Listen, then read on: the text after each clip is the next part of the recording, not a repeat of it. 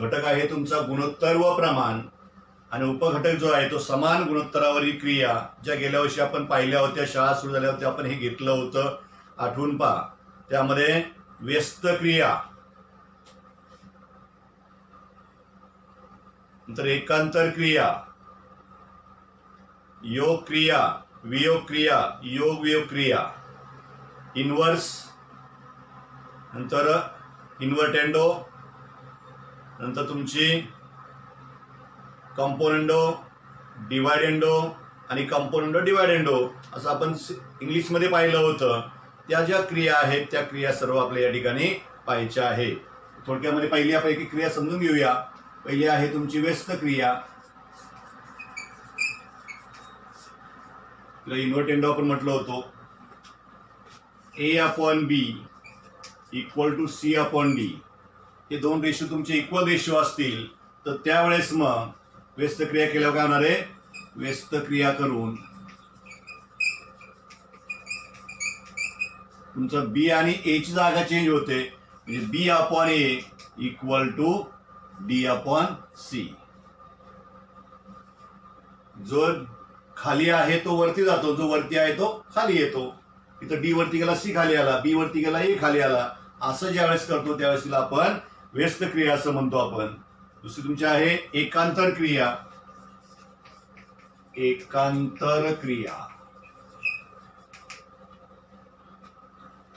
Ratio तुमचं तेच पुन्हा A/B इक्वल टू C/D हे रेशो असतील तर ज्यावेळेस तुम्ही व्यस्त क्रिया करणार आहात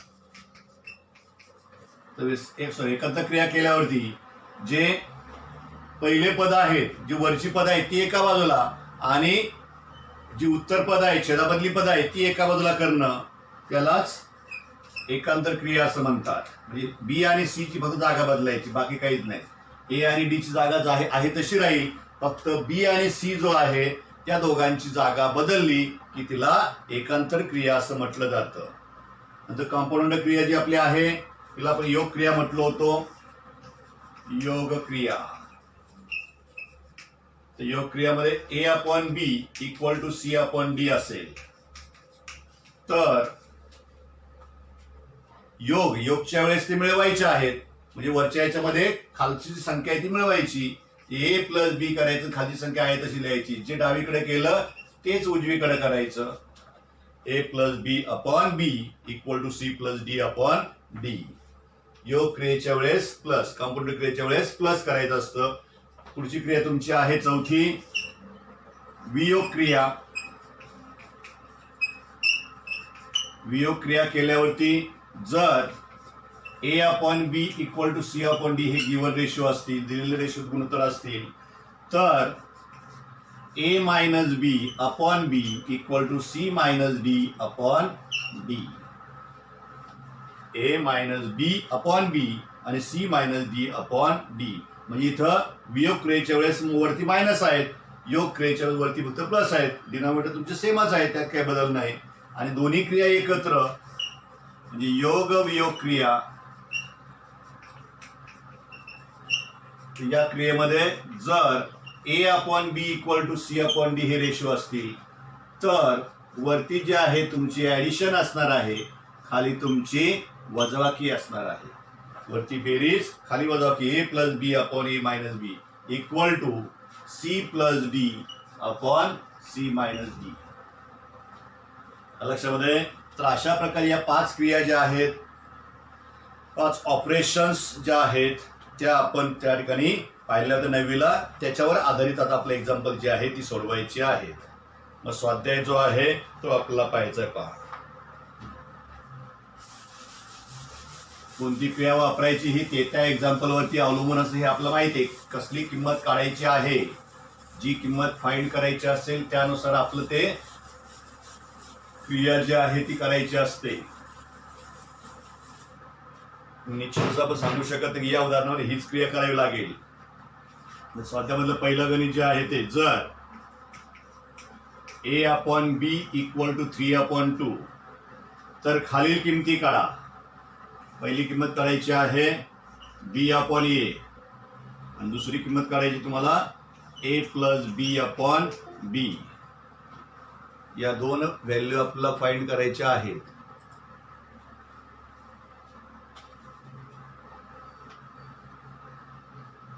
बरोबर आहे. मग पहिली बी अपॉन ए ची व्हॅल्यू काढायची, म्हणजे कोणती क्रिया करायला लागेल? ए अपॉन बी आहे आणि व्हॅल्यू काढायची बी अपॉन ए, म्हणजे या दोघांची जागा बदल झाली. अंश आणि छेदची जागा बदलायची, म्हणजेच कोणती क्रिया आहे ती?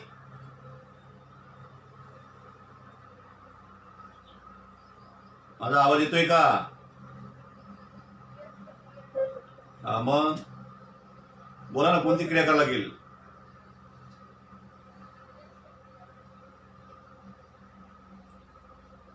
अंश आणि छेदांची आदला बदल करायची आहे. ती क्रिया कोणती आहे? आत्ताच आपण पाहिली, गेले विसरून लगेच. जेव्हा अंश आणि छेदाची जागा बदलायची असते त्यावेळेस ती व्यस्त क्रिया असते. छेदाचा अंश करायचा, अंशाचा छेद करायचा, म्हणजे व्यस्त क्रिया. म्हणजे दिले त्याने सुरुवात करायचं पहिलं उत्तर काढण्यासाठी. म्हणून ए अपॉन बी इक्वल टू 3/2 आहे. म्हणून व्यस्त क्रिया करून काय झालं? व्यस्त क्रिया करून मग तुमचा बी अपॉन ए, बी आणि ए जागा बदलतं. तसं जसं डावीकडे बदलतो तसं उजवीकडे बदलायचं. 2/3 म्हणजे हीच तुमची व्हॅल्यू काढायची पहिली. मग बी अपॉन ए इक्वल टू 2/3. समजलं? किती सोपं आहे पहा, पण तुमच्या लक्षात येत नाही ते. दुसरं तुम्हाला काढायची व्हॅल्यू आता ए प्लस बी अपॉन बी आहे. बरोबर आहे. ए प्लस बी अपॉन बी म्हणजे कोणती क्रिया आहे ती? प्लस असल्या सांगितल्याप्रमाणे. बरोबर आहे. ज्याने सुरुवात केली आपण, बरोबर, त्याने सुरुवात करायची आपल्याला. मग ए अपॉन बी इक्वल 3/2 हे गिवन रेशिओ आहे. म्हणून याच्यामध्ये म्हणायचं योग क्रिया करून. योग क्रिया करून बाय कंपाऊंड प्रॉपर्टी. मग तुमचा लेफ्ट साइडला ए प्लस बी अपॉन बी होईल, तर राईट साइडला तुमचा 3 + 2/2 येईल.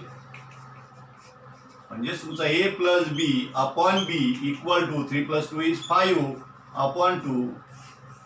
संपलं. ही तुम्हाला सेकंड व्हॅल्यू काढायला सांगितली होती. ए प्लस बी अपॉन बी ची व्हॅल्यू किती आली? ती 5/2 आली. बी अपॉन ए किती आला? तर 2/3 आला. ओके. Second example. हा, काय शंका आहे कोणाची?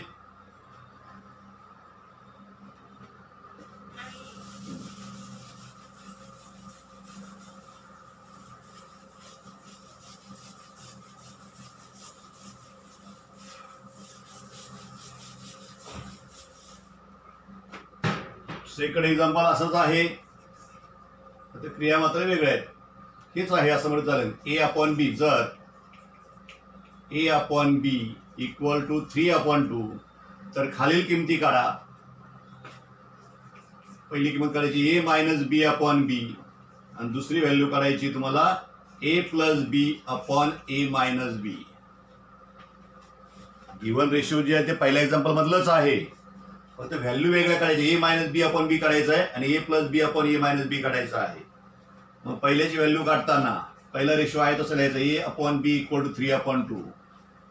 तर आपलं ए मायनस बी अपॉन बी ची व्हॅल्यू काढायची. म्हणजे ही कोणती क्रिया आहे? मायनस आहे वरती. बरोबर आहे. वियोग क्रिया डिवाइड इंटू प्रॉपर्टी. बरोबर आहे. ती प्रॉपर्टी वापरायची आहे. म्हणून वियोग क्रिया करून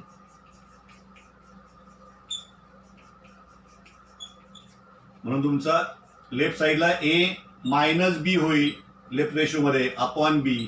जसं लेफ्ट साइडला आपण करतो तसं इकडे करायचं. म्हणजे ए मधनं बी मायनस केला. बरोबर. ए मधनं बी मायनस केला, बी आहे तसा लिहिला. तर 3 मधनं 2 मायनस करायचा आणि 2 आहे तसा लिहायचा.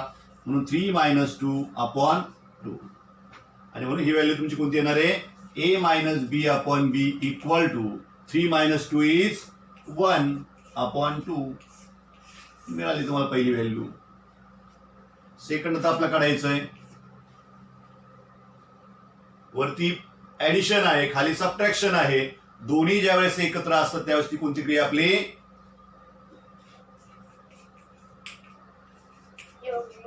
बरोबर आहे. दोन्ही एकत्र म्हटलं की योग वियोग क्रिया. ऍडिशन आणि सबट्रॅक्शन दोन्ही असले की योग क्रिया करायची. ऍडिशन असल्यावर योग क्रिया, सबट्रॅक्शन असल्यावर वियोग क्रिया. म्हणून तुमचं ए प्लस बी लेफ्ट साईडला अपॉन ए मायनस बी, म्हणजे तुमच्या अंशामध्ये छेद मिळवायचा आणि अंशातूनच छेद वजा करायचा. ए प्लस बी ए मायनस बी, बरोबर आहे. नंतर तुमचं तिकडे पण तसंच करायचं संख्या बाबतीत. 3 + 2 ए प्लस बी म्हणजेच आपलं 3 + 2 झालं. खाली तुमचं 3 - 2, वरच्या पदामध्ये खालचं पद मिळवायचं आणि वरच्या पदातून खालचं पद वजा करायचं आहे. म्हणून तुमचा A plus B upon A minus B equal to 3 + 2 5 येईल. 3 - 2 इज 1 येईल. 5 अपॉन 1 ही तुमची या रेशिओची व्हॅल्यू जी आहे ती असणार आहे. किंवा नुसतं 5 लिहिला तरी चालणार आहे. लक्षामध्ये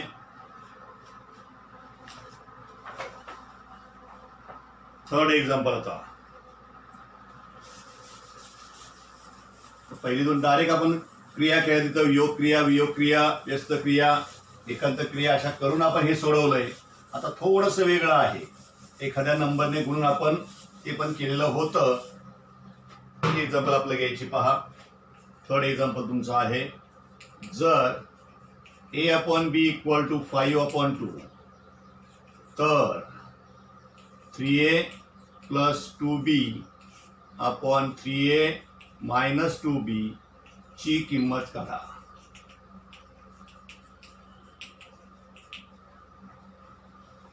याची किंमत आपल्याला काढायची आहे. मग आता इथे तुमचं प्लस वरती आहे, खाली मायनस आहे, बरोबर आहे. म्हणजे तुम्हाला योग क्रिया करायची हे 100% ठरलेलं आहे आपलं. पण या ए ला 3 ने गुणले गेलेलं आहे आणि बी ला 2 ने गुणलेलं आहे. हे तुमचं 5/2 आहे असं दे, पण ए ला 3 ने गुणायचं आणि बी ला 2 ने गुणायचं आहे. तरच तुमचं हे याप्रमाणे तुम्हाला मिळणार आहे. म्हणून काय करायचं, जे दिलंय त्याने सुरुवात करायची. कोणतं, ए अपॉन बी इक्वल टू 5/2. म्हणून दोन्ही गुणोत्तरांना किंवा दोन्ही बाजूंना कशाने गुणायचं, आता ए ला 3 ने आणि बी ला 2 ने, म्हणून 3/2 ने गुणून दोन्ही बाजूंना 3/2 ने गुणायचं आहे. म्हणून 3/2 into A upon B equal to 3/2 into 5/2. 3/2 ने दोन्ही बाजूंना, दोन्ही गुणोत्तरांना आपण गुणलेलं आहे. मग इथं 3 into a is 3a, 2 into b is 2b. जसं आपल्याला पाहिजे त्याप्रमाणे मिळालं पहा. इक्वल टू, आता इथं काही भाग जातोय का कुठं, 2 ने 2 ला भाग देता येत नाही, का दोन्ही ते डिनॉमिनेटर मध्ये आहे, दोन्ही ते छेदामध्ये आहेत. छेदाने छेदाला भाग देत, वरच्या खालच्या नंबरने वरती किंवा वरच्या नंबरने खाली असा भाग द्यायचा असतो. तर इथे काही भाग जाणार नाही. म्हणून तुमचं 3 × 5 दोघांचा वरचा गुणाकार 15 होईल. 2 × 2 4 होईल. हे 3a/2b इक्वल टू 15/4 याप्रमाणे तुम्हाला हा रेशिओ मिळाला. आणि मग याच्यामध्ये आता योग वियोग क्रिया, कारण प्लस आणि मायनस दोन्ही आहेत, म्हणून योग वियोग क्रिया करून, योग वियोग क्रिया करून म्हणजे काय होईल तुमचं, 3a + 2b upon 3a - 2b. Left साईडच्या रेशोमध्ये 3a मध्ये 2b मिळवले, 3a मधनं 2b मायनस केले, लेफ्ट साईड आपल्याला मिळाली. आता इकडे तुम्ही 15 आणि 4 आहेत, 15 मध्ये 4 मिळवायचे आणि 15तून 4 वजा करायचे. म्हणून 15 + 4 अपॉन 15 - 4. म्हणून 3a + 2b upon 3a - 2b equal to 15 + 4 is 19 आणि 15 - 4 इज 11. म्हणून हे तुमचं आन्सर राहील. इथं काही भाग जात नाही, 19 आणि 11 ला काही भाग जाणार नाही, त्यामुळे त्याला संक्षिप्त रूप देण्याची गरज नाही, सिम्प्लिफाय करण्याची गरज नाही. हेच तुमचं उत्तर आहे. तर अशा प्रकारे याची व्हॅल्यू जी आहे, याची किंमत जी आहे ती 19/11 आलेली आहे. शेवटचं आता, जर x/y इक्वल टू 7/3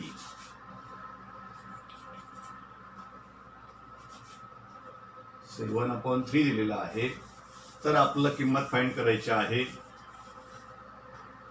तर 3x² + 2y² upon 3x² minus 2y² ची किंमत काढा. सेम आधी याप्रमाणेच करायची. इथे तुम्हाला योग्य क्रिया करावी लागणार आहे, पण आधी काय करावं लागतं, काय करावं लागतं ते पाहू आपण. तर x/y = 7/3 दिलंय आपल्याला. तर आपल्याला ज्याची व्हॅल्यू काढायची, ज्याची किंमत काढायची आहे, त्यामध्ये x चा स्क्वेअर आहे, y चा पण स्क्वेअर आहे. 3 ने 2 ने ते मल्टिप्लाय केलेच, म्हणजे 3/2 ने आपल्याला इथे मल्टिप्लाय करावं लागणार आहेच, पण डायरेक्ट याला मल्टिप्लाय करून चालणार नाही. याच्या लक्षामध्ये आधी तुम्हाला या दोघांचा स्क्वेअर करावा लागेल, म्हणून दोन्ही बाजूंचा वर्ग करून, बरोबर आहे, वर्ग करून म्हणायचं. मग x/y त्याचा स्क्वेअर करायचा, 7/3 त्याचा स्क्वेअर करायचा. मग x चा स्क्वेअर x² होईल, y चा स्क्वेअर y² होईल, 7 चा स्क्वेअर 49 येईल, 3 चा स्क्वेअर 9 येईल. ओके, स्क्वेअर आता तशी झाली, आपल्याला जे स्क्वेअर पाहिजे होतं आपलं y चं, म्हणून स्क्वेअर करून घेतले. आणि मग आता 3 आहे इथे 2 आहे, म्हणून या गुणोत्तराच्या दोन्ही बाजूंना, बरोबर आहे, या गुणोत्तरांच्या दोन्ही बाजूंना 3/2 ने म्हणजे 3/2 ने गुणायचं आहे. दोन्ही बाजूंना किंवा दोन्ही गुणोत्तरांना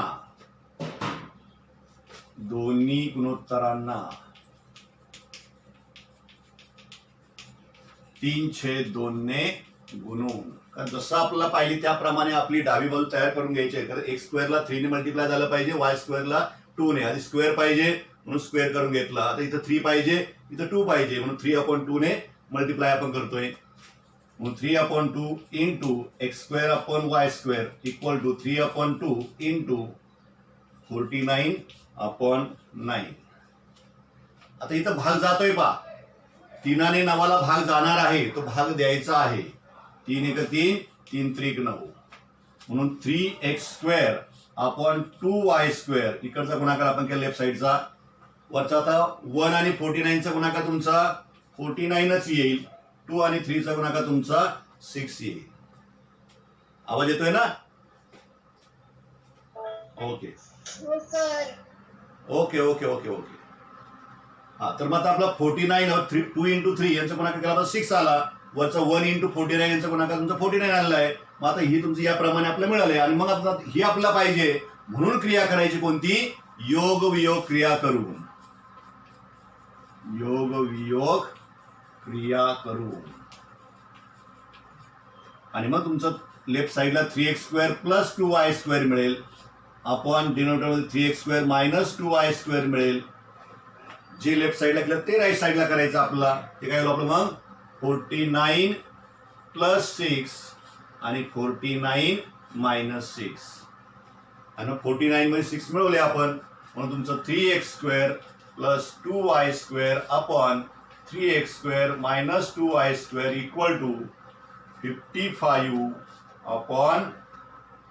55/43. 55/43 ही व्हॅल्यू तुम्हाला याची मिळणार आहे. हे तुमचं फायनल आन्सर असेल. ओके,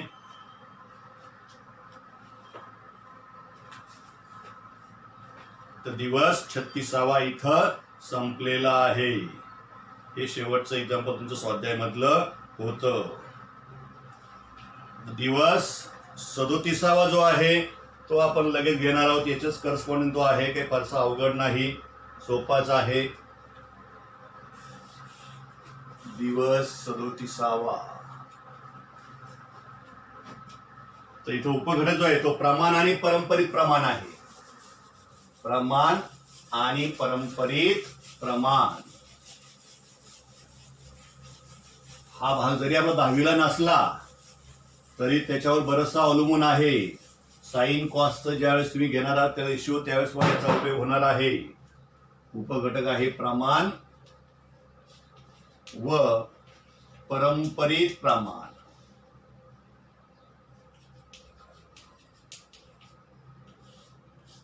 थोडक्यात इंग्लिशमध्ये म्हटलं तर रेशिओ अँड कंटिन्यूड रेशिओ. तर आधी नुसता रेशिओ म्हणजे काय असतं तो आपल्याला पाहिजे पहा. प्रमाण म्हणजेच रेशिओ म्हणजे काय, तर तुमचं जेव्हा A upon B equal to C upon D, A upon B equal to C upon D. तर प्रोपोर्शन मध्ये असणं बरं, कंटिन्यू प्रोपोर्शन, नुसतं प्रोपोर्शन आपण पाहतोय आता. तर तुमचं A upon B equal to C upon D हे दिलेलं असेल, बरोबर आहे. A upon B equal to C upon D हे 4 नंबर तुमचे आहेत. ए बी सी डी हे 4 नंबर आहेत. म्हणजे पहिल्या 2 नंबरचा रेशो आणि शेवटच्या 2 नंबरचा रेशो हा जर इक्वल असेल तर हे 4 नंबर तुमचे प्रमाणात आहेत असे म्हणतात. तेव्हा ए comma B comma C comma D या संख्या प्रमाणात आहेत असे म्हणतात. म्हणजे या संख्या प्रमाणात आहेत कधी, A upon B equal to C upon D हा रेशो इक्वल असेल तर. आणि जर तुम्ही तिरकस गुणाकार तिथे केला A upon B equal to C upon D, बरोबर आहे, तर तिरकस गुणाकार आपला काय मिळतो मग. जर A upon B equal to C upon D असेल तर A into D equal to B into C. हे रेशोचा जो गुणाकार आहे पहिल्याचा आणि शेवटच्याचा गुणाकार, मधल्या दोघांचा गुणाकार, हे तुमचे सारखे असणार आहेत कधी, जर ते आपल्या प्रमाणामध्ये असतील तर. या प्रमाणे तुम्हाला हे दिलेलं असणार आहे. त्याच्यावर आधारित एक्झाम्पल ती आपण पुढे पाहणार आहोतच. नंतर आता तुम्हाला इथं काय विचारतील, तुम्हाला 4 संख्यांपैकी 3 संख्या दिलेल्या असतील आणि चौथी संख्या विचारतील. मग पहिली अननोन असेल, दुसरी अननोन असेल, तिसरी अननोन, चौथी, म्हणजे 4 पैकी कोणत्याही 3 देतील.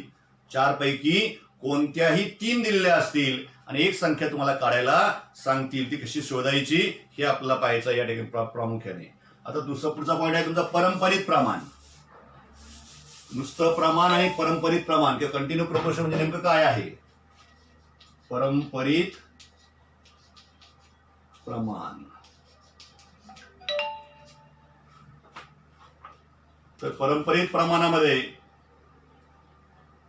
जेव्हा ही तुमचे गुणोत्तर जे आहेत 2 समान गुणोत्तर आहे, A upon B equal to B upon C, असं जेव्हा असेल तेव्हा तुमच्या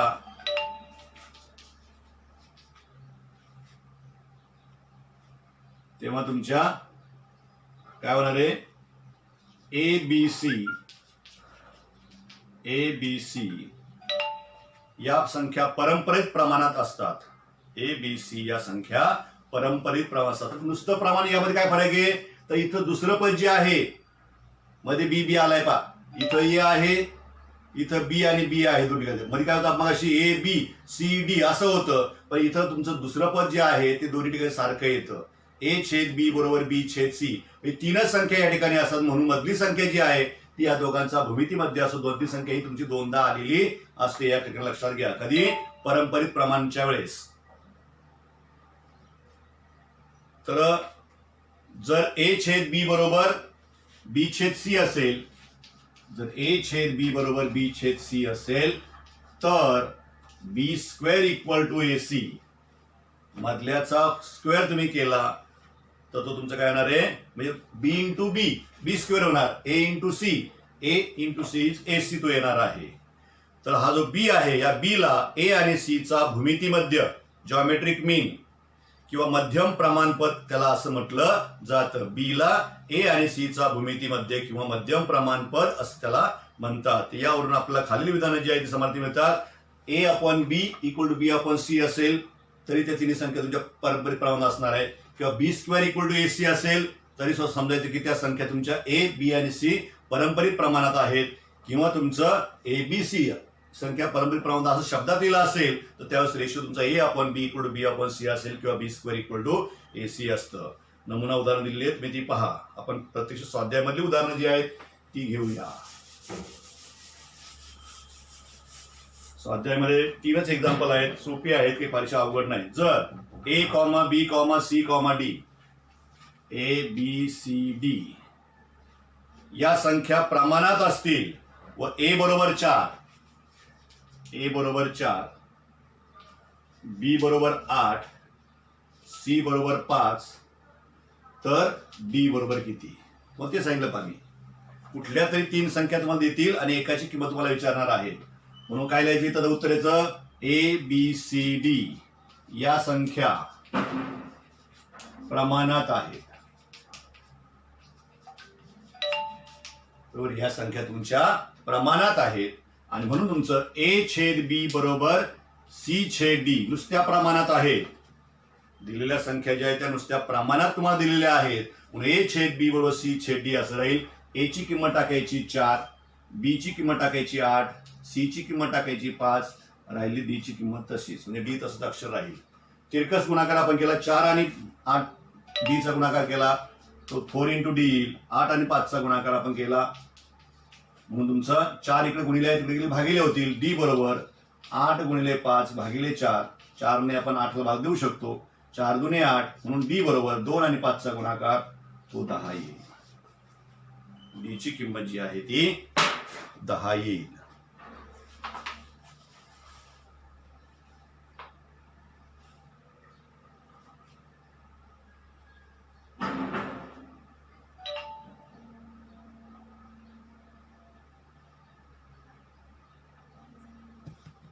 पुढचं एक्झाम्पल आपलं घ्यायचं आता. हे एक्झाम सगळ्यांच्या लक्षात आलंय. ओके, तर दुसरं गणित जे आहे ते ए बरोबर 2 दिलंय, बी बरोबर 3 दिलंय, सी बरोबर 4 दिलंय. ए बरोबर 2 दिलंय, बी बरोबर 3 दिलंय, सी बरोबर 4 दिलंय, डी बरोबर 6 दिलंय. ए तुमचा 2 आहे दुसऱ्या गणितासाठी, बी 3 दिलाय, सगळ्यांच्या किंमतीमध्ये दिलाय पहा.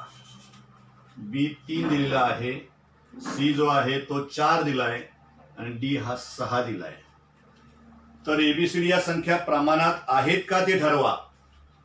एबीसीडी या संख्या प्रमाणामध्ये आहेत का ते ठरवायचं आहे आपल्याला. म्हणजेच काय, गुणाकार आपल्या स्वरूपानेच आहे. ए अपॉन बी ची व्हॅल्यू आपण काढूया, म्हणजे 2/3 येईल. याला काय कुठं भाग जाईल का, जाईल का भाग? ए ची व्हॅल्यू 2 लिहिली, बी ची व्हॅल्यू 3 लिहिली, 2 आणि 3 ला कुठे भाग जात नाही, आहे तसं राहील. त्याला 1 नंबर आपण म्हणूया. नंतर सी अपॉन डी या रेशोची व्हॅल्यू आपण काढूया. सी अपॉन डी, सी म्हणजे तुमचा 4 आणि डी म्हणजे 6 आहे. इथं मात्र भाग जातोय दोघांनाही. बे दुने 4 आणि बे त्रिक 6. हा कॉमन मल्टिपल कॅन्सल केला आपण, शिल्लक तुमचा राहील 2/3. म्हणजे या रेशोची व्हॅल्यू सुद्धा 2/3 आहे. हा रेशो सुद्धा तुमचा 2/3 आहे. दोन्ही रेशो तुमचे कसे आहेत, इक्वल आहेत. म्हणून 1 व 2 वरून A upon B equal to C upon D हे रेशो तुमचे इक्वल तुम्हाला मिळतात. आणि रेशो ज्यावेळेस इक्वल असतात त्यावेळेस या संख्या तुमच्या कशा असतात, प्रमाणात असतात असं म्हणतो आपण. म्हणून तुमचं ए बी सी डी या संख्या प्रमाणात आहेत. हे रेशो सारखे यायला पाहिजे. किंवा दुसरा प्रकार कोणता, पहिली आणि शेवट संख्यांचा गुणाकार करायचा आणि मधल्या दोघांचा गुणाकार करायचा. हे तुम्ही ए इंटू डी केलं, किती येईल, 2 इंटू 6 12 येणार आहे. नंतर तुम्ही बी इंटू सी केलं तर 3 इंटू 4 येईल, तोही तुमचा 12 येणार आहे. बरोबर. याला 1 नंबर तुम्ही म्हटलात, याला 2 नंबर म्हटलात. 1 व 2 वरून A into D equal to B into C.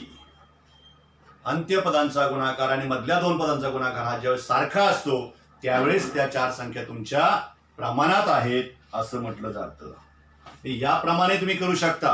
बरोबर. पहिली आणि शेवट संख्येचा गुणाकार मधल्या दोघांचा गुणाकार करून पाहिलं, तो सारखा आला तरी संख्या तुमच्या प्रमाणात.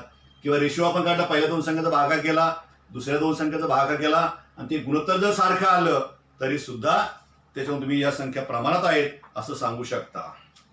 आणि शेवटचं गणित जे आहे तिसरं ते आपल्याला घ्यायचंय.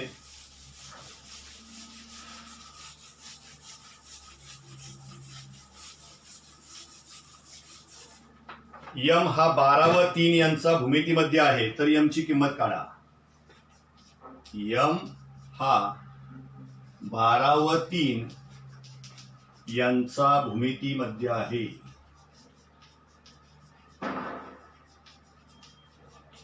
तर यम ची किंमत काढा. मग हा भूमितीमध्ये आहे, भूमितीमध्ये आहे म्हटलं काय असेल आपण, m square equal to 12 into 3. मग अशा आपलं बी हा ए आणि सी चा भूमितीमध्ये आहे, म्हणजे B square equal to A C. पारंपरिक प्रमाणच्या वेळेस आपण पाहिलं होतं की बी हा ए आणि सी चा भूमितीमध्ये आहे म्हणून B square equal to A C असतं. आता इथे यम हा 12 आणि 3 यांचा भूमितीमध्ये आहे म्हणून बी च्या ऐवजी यम म्हणून यम स्क्वेअर होईल. ए च्या ऐवजी 12 आणि सी च्या ऐवजी 3 आहे म्हणून B square equal to A C म्हणजे M square equal to 12 into 3 असं आपल्याला मिळणार आहे. म्हणून M square equal to 12 into 3 केलं 12 36. वर्गमूळ आपण काढली.